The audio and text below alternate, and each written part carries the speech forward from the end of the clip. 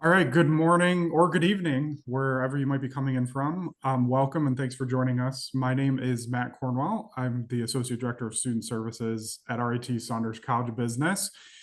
We are excited to have another one of our grad chat sessions today that will discuss our Master in Finance and Master in Accounting and Analytics programs. So today we will do program overviews. Dr. Housing and Dr. Arch and Jane are here. They are the respective program directors for finance and accounting and analytics. And then we also have a current student with us as well. Rishi is here, so he will kind of run through his experiences as a current student and go through those steps to introduce the program. And Sid, you are here as a current student as well, correct? Okay, perfect. So thank you for joining us as well, Sid. So Rishi is MS Finance. Sid, you are MS Accounting and Analytics, correct? Okay, great. So we'll give you all an opportunity to connect with the two of them, ask any questions you have. We have some questions for them as well. But yeah, so we will get started now. So Hal, I'll turn it over to you and we'll move forward. Okay, thank you, Matt. Hello, everybody. My name is Hao. I'm the finance program directors. So you can find my email address here, my homepage here. Later on, if you have any questions, feel free to let me know. Today, I'm gonna to go over our finance master program. So what make our program cool and different? I think in the next couple of slides, we'll highlight a few things for you. Hope you can see that. Now, let me start with the first one. Our program actually has a very flexible start date. Students can begin in either fall or in spring to fit your academic or career timeline. In addition to that, this finance program also a STEM designated program. That means international students with F1 visa can qualify to apply for 24 months work extensions. OPTs will allow them to work in the United States up to 3 years. We have a very well designed curriculum structures.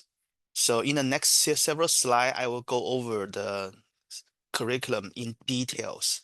One thing I want to highlight here, even though we don't have analytics in our name, but we do give students a lot of exposure to different kind of programming language, software tools like Python, R, Tableau, MATLAB, SAS, SQL. So we have all kind of elective courses. I will present them in a few slides, in the next few slides. Let's start with the core course, accounting, and three required finance courses. As we know, accounting is the language of business. If you do not have a business background, if you come from different majors, you will start with the accounting 603 and FINC 721. These two courses will give you the good foundations for finance and accounting. Excuse me. And next, you will learn the investment and option and future. So in these two courses, you will get exposure to the stock market, option market, future market. We'll also learn about hedging, right? So very cool courses. So now on this slide, you can see we'll have two type of elective, finance elective and STEM elective. I will explain them one by one. In terms of finance elective, you can choose three courses from the following list, including the international finance, including the portfolio management, including the stock market algorithm trading courses. Recently, we also add new courses called alternative investment. Students will learn about private equity, hedge funds, VC investing, venture capital investing. So we have a very nice set of finance elective courses. On the other hand, we all know that in the past 2 decades, technology has already changed finance industry. Finance industry become more and more data-driven and analytic-based. Many positions in finance industry now require candidate to have a data analytic skills, right? So therefore, we totally understand this is a trend in the industry. And we also position our finance program as a finance program in a tech university. That is our strength. So therefore, our MS Finance program requires students to have 3 STEM elective courses from the following list of STEM elective courses, right? They are including accounting, information, and analytic courses. We also have business analytic courses, 680 and 780. Student also can choose from MGIS courses, right? Including the database management courses, business intelligence courses. Within finance, we also have a few courses are highly or closely related to analytics. For example, the one I mentioned about earlier, algorithm trading. We also have a FINC 780 financial analytics courses. I would like to bring one more course to attention. Our department now is proposing a new AI and finance course. Students will learn how to use AI to do the textual analysis, using like a 10K filings, using earnings conference calls. That will be a very cool course. Now, I also would like to bring the last bullet point to your attention. So student in finance program will have choices if they are interested in taking other STEM courses in other college. For example, last year we have students go to School of Mathematics to take mathematical finance courses. You can see if you get approval from program director, like from me, right? We usually as faculty member, we always say, yes, we'll support you. If you are interested in taking math courses, statistics courses, even computing school, we have a lot of computing courses. You can use them as a STEM elective here. Okay, so in conclusion, even though we are finance program, you can see our program as more like finance plus analytics program. We have 3 analytics program. If you plan carefully, you can take up to like 5, 6, even 7 analytics courses if you like. Okay, now we talk about our curriculum, highly analytic based. I want to show that our faculty member are able to deliver the curriculum. Let's start with the first, actually our Dr. Jane is here. So that's Dr. Jane's work, right? She published a paper about the high frequency trading. Everybody know that high frequency trading is a hot topic. It's something actually occupy the entire trading space. If you think about today's trading volume, more than 50% of the trading actually coming from high frequency trading. It's not from the retail investor or institutional investors. They just trade too much, right? So that's the reason there's a debate. Do they destabilize the market or do they do good things for the market? Actually, Dr. James' work shows that high frequency trading somehow in this sample can reduce the size and persistency of ETF mispricing. That means high frequency trading are doing good things. So that's this work add to or contribute to the contribute to the debate and then shed new light on this issue. Now, let me highlight another faculty member's work. Dr. Qian has an interesting study about harnessing Gen, Gen AI for economic insight. Specifically, she and her co-authors using AI model, specific ChatGPT, to extract the managerial outlook, expectation about economic outlook from 120,000 corporate conference call transcript. You can see how large is this data work, right? This is our finance professor day-to-day work. Everybody here is coder. Every finance professor are programmer. That's the one example. You can see that, right? So they try to calculate something called AI economic score. They try to see whether this kind of information extract from the conference call through the textual analysis tool can predict future GDP growth, productions, employment, and so on, right? They find a very strong evidence. That shows what? That shows AI tools indeed can help us extract useful information. Right now, think about that. You will learn from her in the AI and finance courses. You will be able to apply something similar to do your own analysis, right? Okay. Now, here I would like to highlight some of our alumni. So we have great alumni. So from the list, you can see many of them join in a very prestigious company like Citibank, Goldman Sachs, also paycheck, right? So also AIG. Maybe I can highlight a little bit about this AIG, also about the Nuveen. Nuveen actually is many of you probably heard about AIG, but for the Nuveen, actually that's a leading fixed income investment companies in the bond market. Actually, is a very prestigious um, finance company. Okay, we also have students joining the Siemens, and also we have students joining the Banadio Corporation. Actually, that's a accounting firm, but you can see our students have a very nice placement, at least from this list, you can see that, right?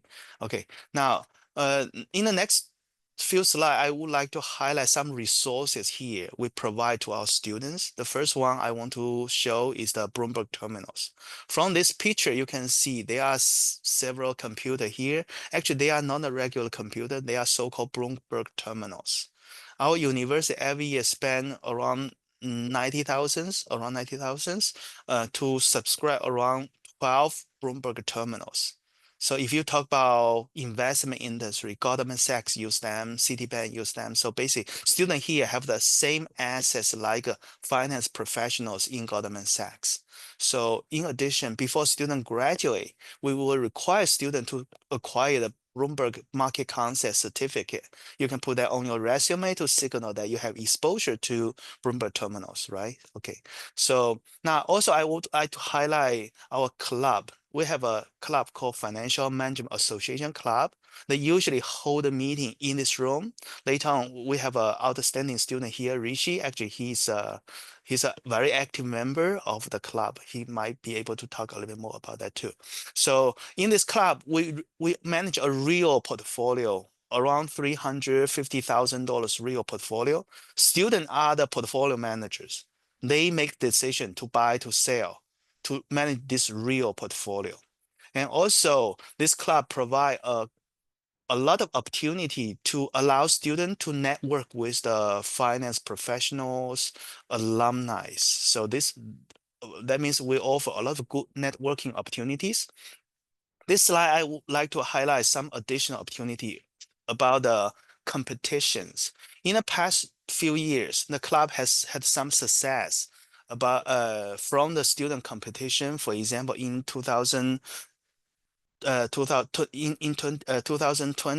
we were the number 3 in the Adirondack Cup trading competitions, and then we will have some success in the Bloomberg Global Trading Challenge. And students also participate into the game forum. If you see the picture there, last year we sent 3 BS finance students, 1 MS finance student go to the conferences. Actually, our dean's office kindly financially support the trip. So basically, you can just go there. The dean's office will cover the expenditures, and they did a good job. And also, our department chair, also Dr. James here, help us to our students to travel to the AAAF.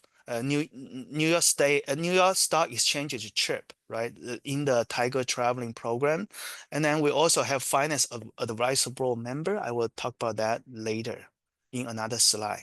Now here I want to highlight 2 things here. The first one, in 2024, this interdisciplinary team win the Bloomberg trading competition. In this competition, there are around 2,400 teams compete, but we were the number 1. If you take a look at this team, 1 student from software engineering, 1 student from finance, 1 student from the Japanese, more like social science field.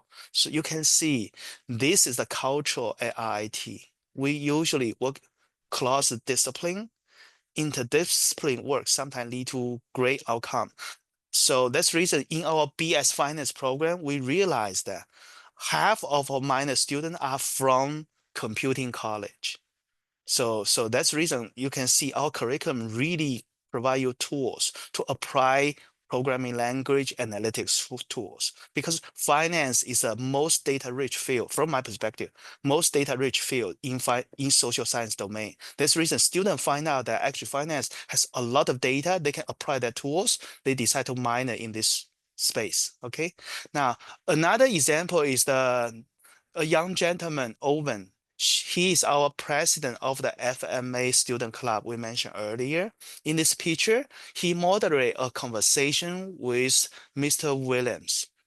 He's the president of the Federal Reserve Bank of New York. If you are ever closely follow the news, I think Mr. Williams is the second strongest voice in the Federal Reserve System, right below the Federal Reserve chairperson. Now think about that. Even you are finance professionals in the industry for 10 years, have you get a chance to talk to the Federal Reserve president ever, right? So that's the reason you can see we have a lot of great opportunity for our students.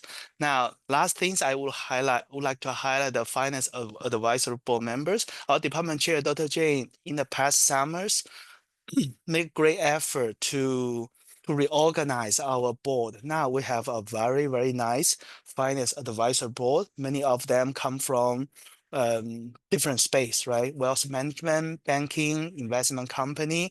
We also have a younger alumni join us, including Patrick from McKinsey, and then also the Jackson from DoorDash. He joined the JP Morgan Chase as investment banker first, and then go to Citibank, and then join the DoorDash. Okay, so pretty much this is my discussion. So if you have any questions, let me know. Thank you.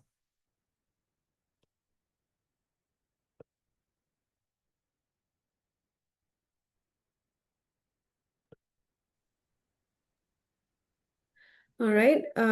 Thank you, Hao. Now I'll continue talking about our MS accounting program. And my name is Archana Jain. I'm finance professor, but also the department chair for finance and accounting, as well as the program director for accounting and analytics program. So again, same idea. I want to share the same information that Hao shared in the same format. So what makes our program cool and different? So of course, we have solid foundation in accounting, auditing, and tax. That's not changing. So no matter how advanced the technology or AI becomes, some basic foundation you need. So we have those courses, of course. And then we have kind of enhance that with whatever is the trend in the market. So analytical skills, as Hao said, in both finance and accounting, data is becoming bigger and bigger in accounting as well. So we are kind of highlighting on the analytical skills. Gone are the days when you're sitting behind the text and doing the data entry and so on. Now we want someone who can analyze the data and tell a story or a meaningful story and make help decision making, right? So that's the idea, that we have included analytical skills. We have used the most recent tools that are common in the industry. So R, Python, SQL, SAP, Power BI. So all of the technology is included in all our courses, and AI is infused in our courses as well. And just like finance, accounting program is also STEM designated. So if you have your international students, then you can get up to 3 years of OPT. So the curriculum is 30 credits. We have 5 required accounting courses, including a capstone project where you actually solve the real company's problem. They give you the data, they ask you to solve a problem, and you work on it throughout the semester with the help of the faculty advisor, and then you present your results to the company at the end of the semester. We also have 1 finance required course and 1 management information system, MGIS required course. And then we have electives that you can choose from accounting, finance, or MGIS. So here are the sort of 7 required courses that we have in the program. Accounting is more rigid in terms of we follow the pathway for CPA, so we don't have as many electives as finance has. But if you have taken some of these courses, maybe there's a way for you to kind of replace it with something else. But these are the required courses in the program. As you can see, we have tax, we have audit, we have information system, basic comparative financial analysis, and then capstone project, and so on. So as you can see, most names tell you that we have heavily emphasized analytics in our program, and now we are infusing AI in the program as well. Similar to finance, our accounting faculty also is very active in research. So as a graduate student, you can sign up for a graduate student worker, GSW opportunities. So you work with the faculty for about 8 hours a week on campus. You can start it right from the beginning, from the first semester itself. So during the orientation week, somebody will, Miss Peggy Terrell, she's not on the call today, but she will explain how does it work, what skill sets you have, what skill sets professors want, and then she does the match to assign you to a faculty. So more like an RA work, but to not as extensive as it would be for a PhD student, for example. Srinivas Mahapatra, our professor, he is looking at, for example, how banks are trying to keep on getting the debt even though they're failing. So they keep giving debts to the related party failing firms, and they how to mask that default and propping the failing borrower. And now in a follow-up research, he's trying to see, can we use AI to analyze the credit reporting? That way we can reduce this kind of giving credit to the default or not so good borrowers or not so creditworthy borrowers. Again, ESG is another big aspect of our research right now. So everybody's focusing on sustainability. Early on, Dr. Rongyang has done this research where it talks about how the political influence can make a difference in reporting. So firms led by institutional shareholders, which are Republican-leaning ideology, are going to less likely report the environmental issues compared to the other firms. So that's how ESG reporting is influenced by the shareholders or the managers who are in charge of the company. Alumni success and network stories. So we have, these are some of the recent numbers. Of course, I'll show you the advisory board members, just like you saw the finance. We have people in high profile, successful alums in Rochester and all around the country and outside country as well. But these are some of the recent graduate. We have Linda Ocheng. She's the staff accountant at Bonadio Group. Daphne, she's business analyst in the robotics process automation team in Germany. And then Disha Rungta is a tax associate at RSM. So these are all examples of our recent. So you can see Bonadio is a more like a regional firm. RSM is a national firm. This is the 5th largest accounting firm, and then also in Europe. So we have a placement in regional, national, as well as international markets, basically. And job titles for other recent graduates, you can see they can go from senior associate, consultant, tech specialist, tech associate, and so on. So those are all the pathways that you can possibly have. Apart from 2 career fairs at university level, we also have a dedicated accounting career fair in September. So that's where most of the public accounting firm, as well as some private firms will also come, meaning non-public accounting firms, not private firms, to hire our accounting students. But they are also looking for finance and MIS student as well. So that's more our own in-house business sort of expo, focused on accounting more, but they are open to looking at finance student as well.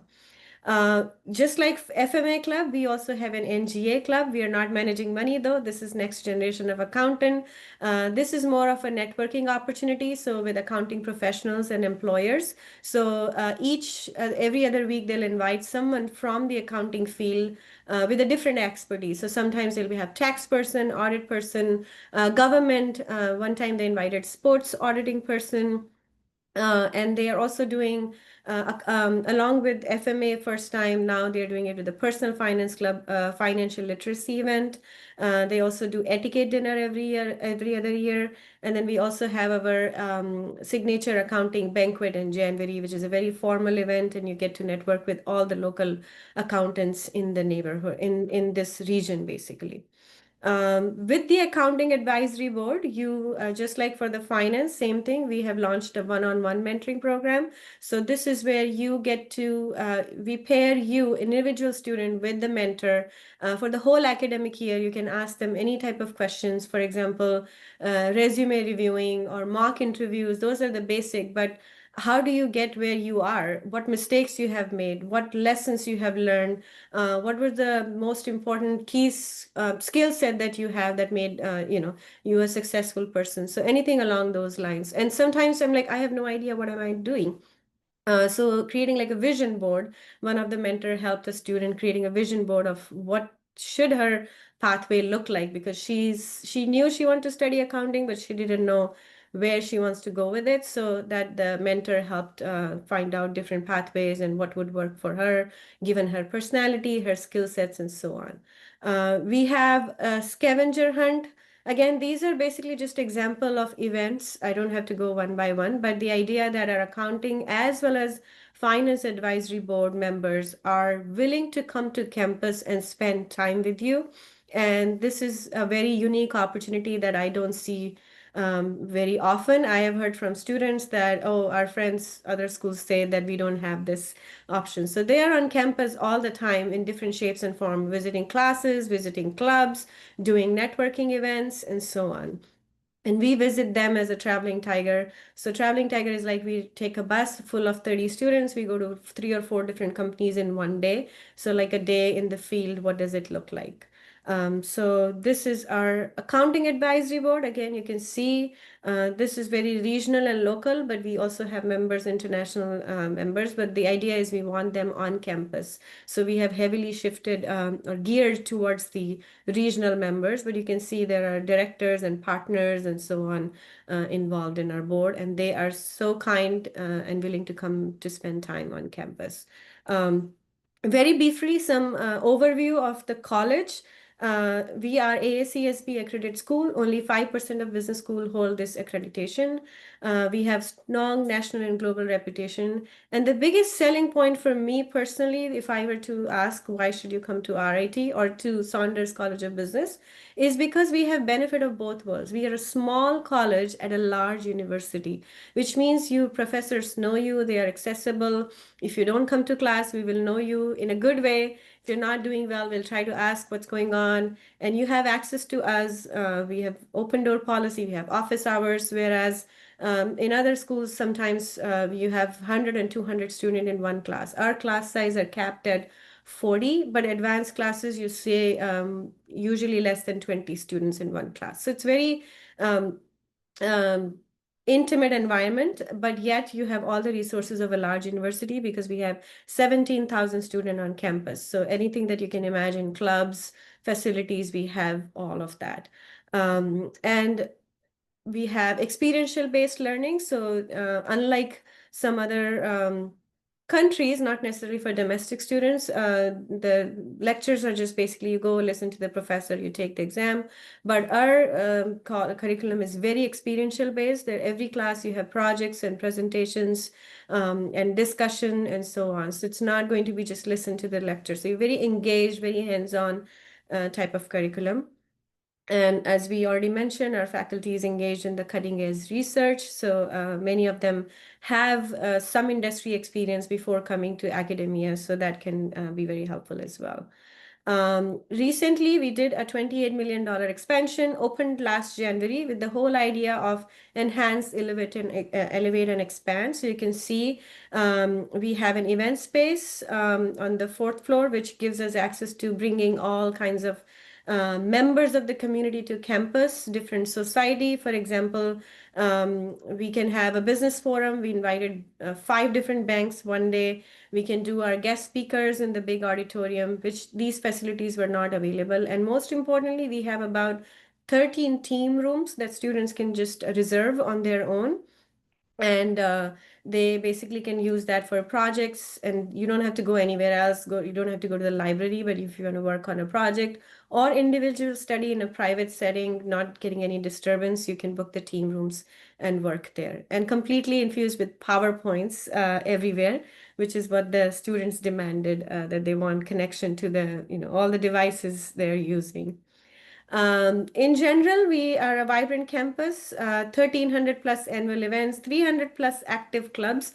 You think of something, there is already a club existing for that. And if not, you can create one. So all kinds of cultural clubs, educational club, anime club, anything that you can think of is there. And we celebrate a lot of festivals all around the international. Like within Saunders, we have Lunar New Year, we have Diwali. We celebrated. We have graduate networking series that graduate students and faculty and staff income can network with each other once a month. We have slices with students. So again, you come and eat a pizza slice and hang out with professors and faculty. So very accessible environment.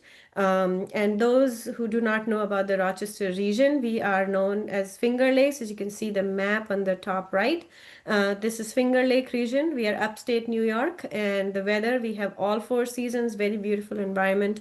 You can do summer sports, you can do snow sports, and if you are into wines and beers, we have a lot of microbreweries and wineries in the Finger Lake regions. A lot of great performing arts scene here, and a lot of all kinds of different cuisines of restaurants are also available.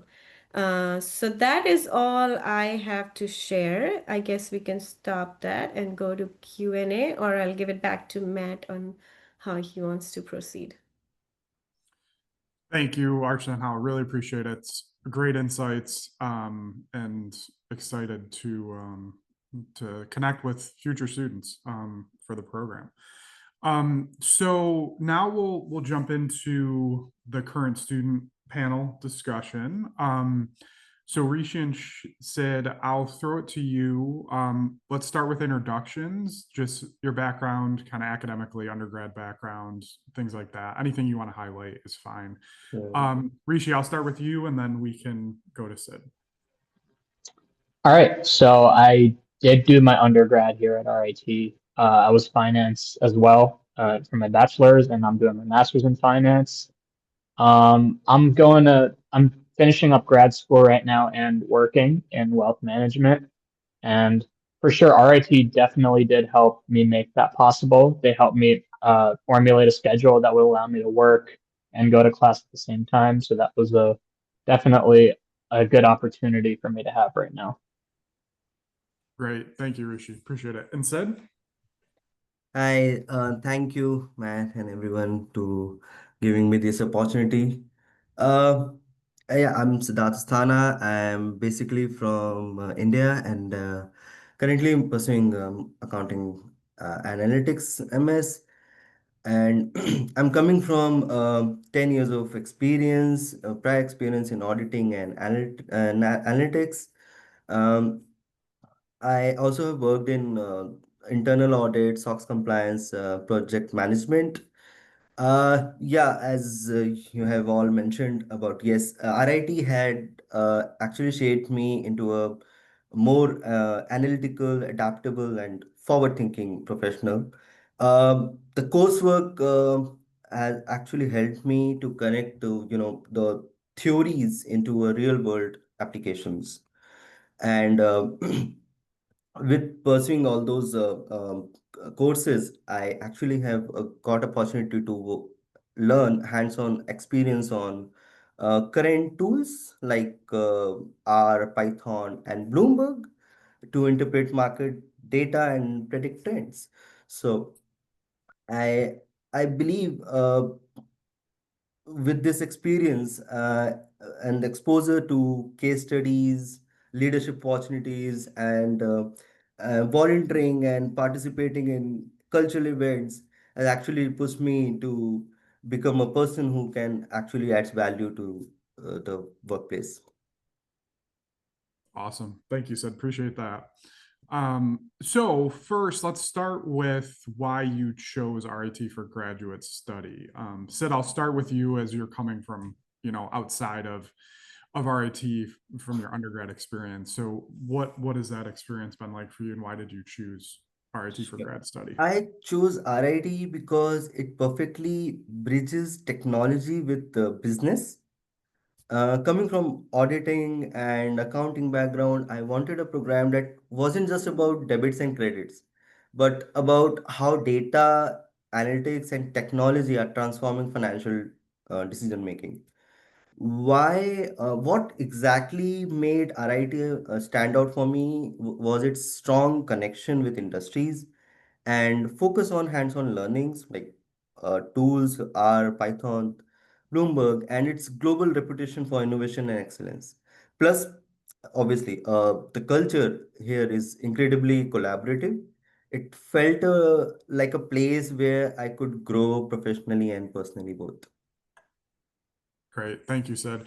And what about you, Rishi? What kind of led you to RIT? I know you were here as an undergrad, but still, the Yeah. highlights, what makes the, RIT stand out for you, just given your experiences? Yeah, so I did do my undergrad here and actually started in mechanical engineering. And I switched my major to finance after a year. And the reason I'm still here for grad school is there's multiple reasons actually. It kind of aligned really well with my goals. I kind of realized I wanted to work in wealth management and become a financial advisor a little bit later, towards like the end of my undergrad. Mhm. But it just lined up really well. The flexibility of the program allowing me to work part time and go to school, finishing up my licenses. It all lined up really well. I work at a local firm right now, so it's really easy to manage my time between school and work. The commute's not that bad. And also in wealth management, I'm noticing that the analytical skills that you guys mentioned are becoming more and more valuable. They actually get really impressed when they see that you have like a BMC certification and you have projects to showcase that you're able to do stuff like equity valuation and projections on future price action. That types of skills is actually not as common in wealth management. A lot of our alumni you mentioned become analysts, financial analysts, but even in other areas of finance where you think the analytical skills might not be as important will make you stand out even that much more because RIT special it's a tech school it's a business school within a tech school, so that gives you a good edge on the market as I've been seeing. Great. Thank you. Thank you both. Appreciate that. Appreciate those insights.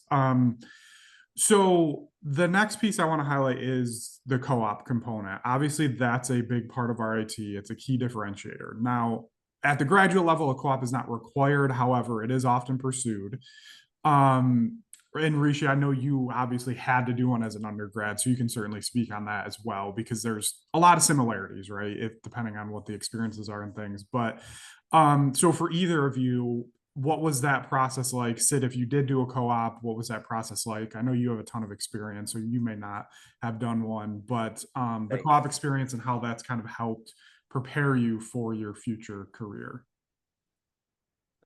Uh, as you are right, I haven't pursued a formal co-op Mhm. since I came to RIT with more than 10 years of experience on prior experience. However, I've used my time here to focus on two professional certifications like CPA and PMP, which together I believe helps me to strengthen my both technical and managerial capabilities. Balancing my master's coursework and CPA preparation, PMP training has been a real exercise in discipline and time management. It taught me how to prioritize effectively, handle multiple deliverables like quizzes, semester exams, midterm exams, projects, and still maintaining a consistent pace without compromising quality. Great. So Thank I you, Sid. believe Appreciate that. I see this as a version of co-op, an For sure. opportunity to work on both ways. Yeah. 100%. Yeah. The Yeah. time management piece alone is Correct. hugely valuable in balancing all of those things on top of the additional certifications you're looking at, all that stuff for sure. Correct. Rishi, if you could just highlight your co-op experiences, if you had multiple, or where you did yours and kind of how that's helped guide what your future career might look like. Yeah. So I did one co-op in my undergrad and I have an internship right now. The co-op for my undergrad, I mentioned I switched in. So I definitely felt stress and pressure if I would, be appealing to these companies, if I'd be able to find something, because it is a graduation requirement. Um, I was actually fortunate enough. I volunteered. It partners with an organization called Cash, do Mhm. free tax preparation services. I volunteered with them during the semester, and I basically explained to them my situation, how I needed a co-op, and they offered me one. So that was through RIT. A connection through RIT did help me a lot in getting the first one. And then for the second one, like the one I have now, I noticed that since I'm in grad school and I technically have the bachelor's done, uh, getting a co-op and alongside with the previous one having experience already, I noticed a dramatic shift in how easy it was to get one and how much I had to apply and the process. So I noticed as you progress, that stress kind of lowers. It becomes less. It feels like less of a grind as you progress. And for future students, I want to emphasize that like it won't be stressful forever. Just got to get that first one and just keep building up slowly, slowly, and having faith and belief in yourself to do it. I just want to emphasize that for anyone who might be in a stressful position right now. Yeah, that's great advice. It just takes that one, and then you get over that hump for sure. Um, Great, thank you. Appreciate that. And for those tuning in, watching this, I would say the co-op component at the graduate level again is not required. Generally speaking, students who do a co-op do extend their program by a semester. So typically it's a fall, spring sequence, oftentimes a co-op in the summer, and then you'd finish your remaining courses in the fall. So that's typically the sequence. There's sometimes can be flexibility, but for international students, you are required. You have to have 2 semesters of coursework in a fall and spring term. It can't be in the summer, to then be able to go on your CPT and get that co-op experience. We actually just had our career fair yesterday as well. So that's a massive endeavor on campus. I think we had 230 plus employers. About half of those are recruiting for business students. We also do a career preview day as well, for specifically for Saunders students. And I know in the accounting space and the finance space, we do very specific. Accounting has their own career fair. Finance, I know in the past we've done industry days specifically for finance folks as well. So very, very robust opportunities there from a career perspective. But Rishi said, do you want to highlight anything with the career fair if you attended or have attended the career fair in the past, just that experience? Yeah, so I went to both. The RIT has a grand career fair that encompasses all majors, and then Saunders has their own. In my personal experience, I only went to the RIT one once, and I didn't feel like they focused enough on business. And this was like 2 years ago, and I'm sure it might have changed. But the Saunders one felt way more specialized. I was able to talk to people in positions where I wanted to be. I was able to get better advice from the Saunders Career Fair. The one that we had this week, I was there briefly. I didn't stay for the full thing, but I noticed like firms like Northwestern. I'm noticing more companies over the years because I've been here for 5 years now, almost 5 years now. I'm noticing more companies are showing up. The interest is still high from recruiters. So yeah, definitely a plus, the career fair. Right. I also would like to add in this. I also see Saunders Accounting Career Fair was more beneficial for me because I was able to connect with the faculties and alumni and the employers in a very fun, informal or formal ways. And I was able to connect with them in LinkedIn, also uh, met in person outside the campus, and was able to introduce myself and see how the opportunities are for me in US market. Great, thank you. Appreciate that. So Sid, I'll throw this one to you first. Any classes that have stood out to you as favorite courses that you've really enjoyed in the curriculum, and why? Right. See, basically coming in from auditing and accounting, I love auditing. So there was one subject, IT audit, with Professor John Appleman.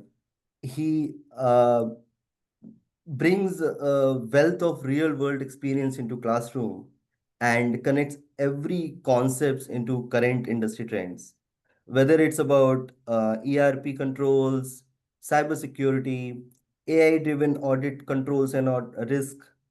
That class has all actually opened my eyes to see how IT system underpin financial integrity. There one more subject which Achana ma'am highlighted about Professor Srinivas. I enjoyed accounting analytics with him, and where we worked on predictive models to understand delinquency trends across industries.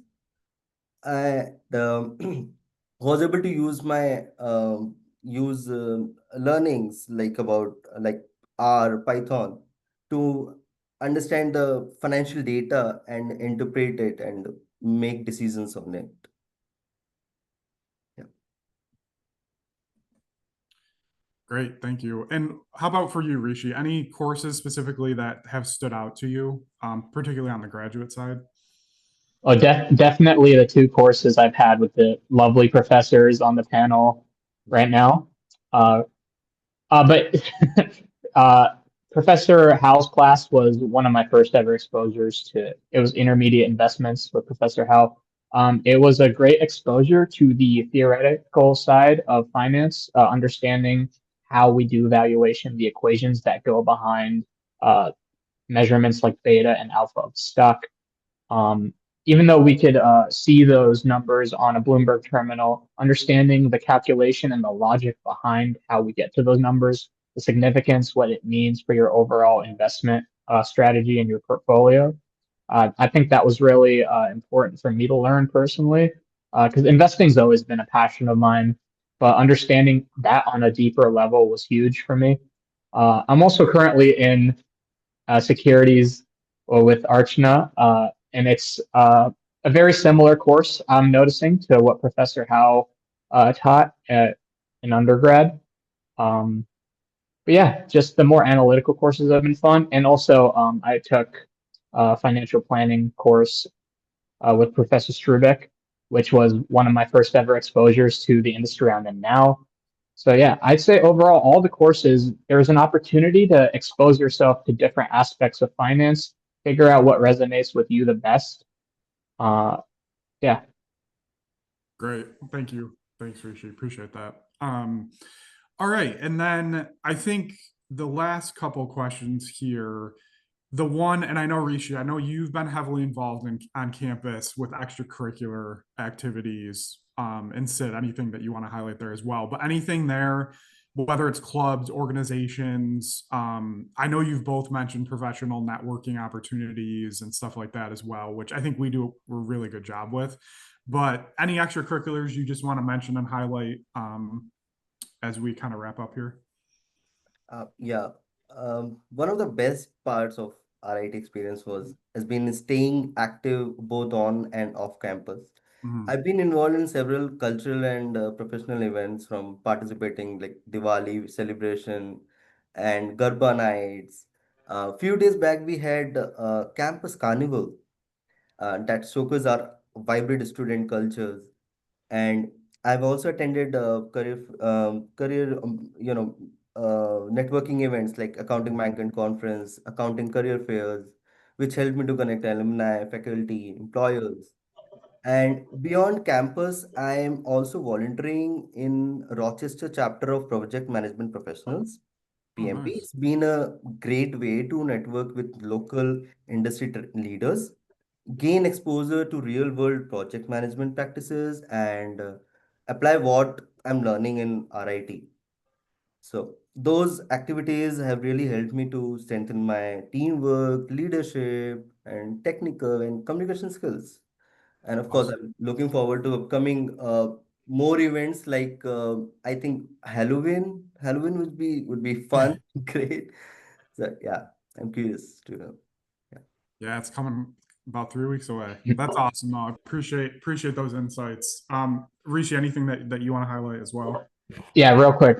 Professor Howe did mention FMA. I've been an analyst since up to 3 years now. I've been an analyst.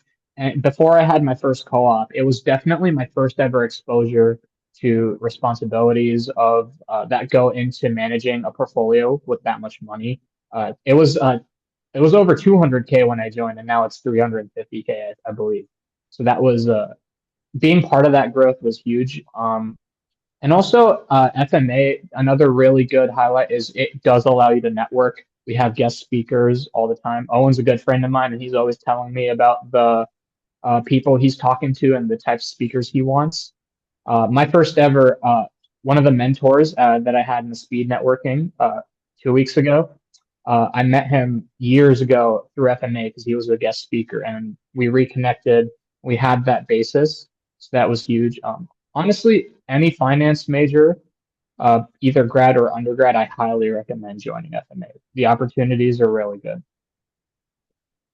Yeah, 100%. There's lots of awesome stuff. How does a great job with that club as well, advising and providing support, but there's a lot of great opportunities there. Great. So let's wrap with one piece of advice you would give our attendees as they consider graduate school and the options that they have. What would be one piece of advice you would give? Sid, I'll start with you. Okay, my biggest piece of advice would be to stay curious and manage your time wisely while you are pursuing whatever course in RIT. And not to just focus on grades, but to focus on learning skills Mhm. that make you valuable in the workplace. At RIT, I'm balancing my master work coursework along with CPA and PMP preparation, volunteering, and campus activities. And I've learned that time management is not just about doing everything at once, but about prioritizing what truly adds value. The more you engage, the more you learn, whether it's through class projects, networking events, or even cultural activities. That's awesome. That's really, really good advice, especially the piece about prioritizing learning, right? And, grades are important, but really tangibly taking content away is Right. incredibly valuable. So that's awesome. Thanks, Sid. And Rishi, what would you add just in terms of advice for our attendees and Yeah, viewers? time management for sure is a very important skill in college. Another thing I would recommend is actually to be as bold as you can while still being humble. I believe RIT gives you a lot of resources and a lot of assistance, but I think at the end of the day, when it's all said and done, it is your responsibility to network yourself, to put yourself out there, and to, if you're a little shy, is to overcome that and talk to people anyway. Um, I think networking, reaching out to people, alumni, other students, professors, do it as optimize it as much as possible because those can turn into opportunities. Even if it's not a job, it could be mentorship, it could be a connection in the future. Really try to be bold while still being humble and still, like you said, having that student mindset. Like you're genuinely passionate about learning more. Even after you graduate, you should always have that mindset that you're here to learn. Yeah, I'd say that's my advice. Thank you. Appreciate that. Thank you both. It was great to hear from both of you. Awesome insights. How and Archana, anything that you want to add before we wrap up here?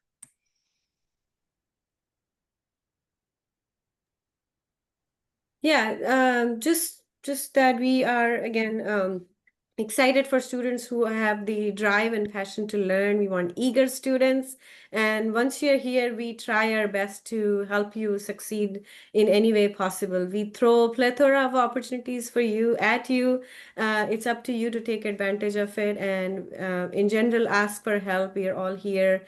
Our goal as a community is to find, make you successful in whatever way we can. So, any other questions anyone have right now or later, feel free to reach out to any of us and we'll be happy to answer your questions. If we don't know them, we'll be directing them to the right person who would know the answer for sure. So. Yes, for me, I think from the conversation, you can see our programs, undergraduate, graduate program do have very good students. If you do decide to join here, not only have a good curriculum professors, you will be able to meet great students, great friends, great team members. Some of them could become your lifetime friends. Okay, yeah. So basically, IT is a very good, provides a very good learning environment. I think our great students is an important part of that. Thank you. Great. Thank you all. Appreciate it. Thank you again, Rishi and Sid, for all your insights. Yes, and I appreciate everyone that attended and are reviewing this later on. And we will have a few future grad chat sessions here over the next couple months. And then as we get into the spring, we host a variety of current student panels, alumni sessions. We do a faculty roundtable as well, so keep an eye out for those details too. But thank you again, everyone, for joining us. Appreciate it. And we'll be in touch. But have a good evening, good day, wherever you might be coming in from.